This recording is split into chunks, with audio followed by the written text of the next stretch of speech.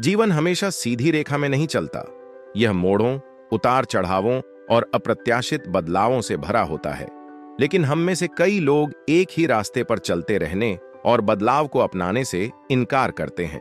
पर सच्चाई यह है कि सबसे मजबूत वही लोग होते हैं जो झुकना जानते हैं, टूटना नहीं। ज्यादा सीधे होने का मिथक आप सोच सकते हैं कि ज्यादा सीधा होना ताकत की निशानी है। आप यह मान सकते हैं कि एक ही रास्ते पर डटे रहने से सफलता मिलेगी। लेकिन हकीकत यह है कि जिंदगी ऐसे नहीं चलती। जीवन हमें हर दिन चुनौती देता है और यह उन लोगों को पुरस्कृत करता है जो झुकने, बदलाव को अपनाने और आगे बढ़ने की ताकत रखते हैं। सोचिए, क्या नदी कमजोर होती है क्योंकि वह चट्टानों के चारों ओर बहती है? नहीं, वह मजबूत होती है क्योंकि वह अपना रास्ता खुद बनाती है। क्या बांस का पेड़ कमजोर होता है क्योंकि वह हवा में झुकता है? नहीं, वह मजबूत होता है क्योंकि वह झुककर टूटने से बचता है। इसके विपरीत, जो सबसे सीधे खड़े होते हैं वे तूफान में सबसे पहले गिरते हैं। क्यों? क्योंकि वे बदलाव को अपनाने से इनकार करते हैं। ज्यादा सीधे होने के नुकसान: ज्यादा सीधा होना आपको सख्त और जिद्दी बना देता है।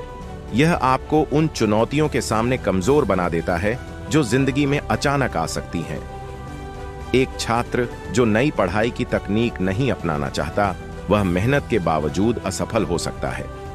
एक कर्मचारी जो नई तकनीक को अपनाने से इनकार करता है, वह जल्द ही अप्रासंगिक हो सकता है। एक व्यक्ति जो पुराने विचारों पर अड़ा रहता है, वह नए अवसरों से चूक सकता है। जीवन एक जैसा नहीं चलता। जो लोग बदलते माहौल के हिसाब से खुद को ढाल लेते हैं, वे ही असली विजेता होते हैं। लचीलापन ही असली ताकत है। लचीलापन कमजोरी नहीं है। यह अपने मूल्यों को छोड़ने या सिद्धांतों से समझौता करने का नाम नहीं है। यह बुद्धिमत्ता है। यह जानने की ताकत है कि कब झुकना है, कब बदलाव अपनाना है और कब नई दिशा में आगे बढ़ना है। लचीलापन एक सुपर पावर है।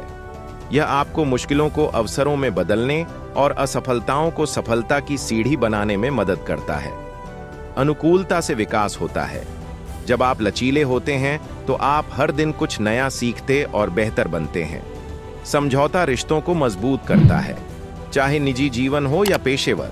जब आप दूसरों के साथ तालमेल बिठाते हैं तो संबंध बेहतर बनते हैं। जीवन से प्रेरणा लें। इतिहास के सबसे बड़े विजेताओं को याद कीजिए। थॉमस एडिसन ने 10,000 बार असफलता का सामना किया, लेकिन अंत में बल्ब का आविष्कार किया। उन्होंने एक ही रास्ते पर अड़े रहने के बजाय अलग अलग तरीकों को आजमाया। स्टीव जॉब्स को एप्पल कंपनी से निकाल दिया गया। उन्होंने हार मानने के बजाय खुद को फिर से खड़ा किया और एक नई शुरुआत की। नेल्सन मंडेला ने 27 साल जेल में बिताए, लेकिन उन्होंने टूटने के बजाय अपनी रणनीति बदली और एक बंटे हुए देश को एकजुट किया। इन महान लोगों ने कभी जिद नहीं की, बल्कि परिस्थितियों के अनुसार खुद को ढाल लिया। ज्यादा सीधे होने से बचने के उपाय: 1. बदलाव को गले लगाएं। इसे खतरा न समझें, बल्कि एक अवसर के रूप में देखें। 2. नई दृष्टि अपनाएं। हर चुनौती एक सबक लेकर आती है, बशर्ते आप उसे सीखने के लिए तैयार हों। 3. ताकत और लचीलापन का संतुलन रखें। अपने मूल्यों पर अडिग रहें, लेकिन तरीकों में लचीलापन अपनाएं। 4. नए अनुभवों से सीखें। दुनिया बदलती है और आपको भी बदलना चाहिए।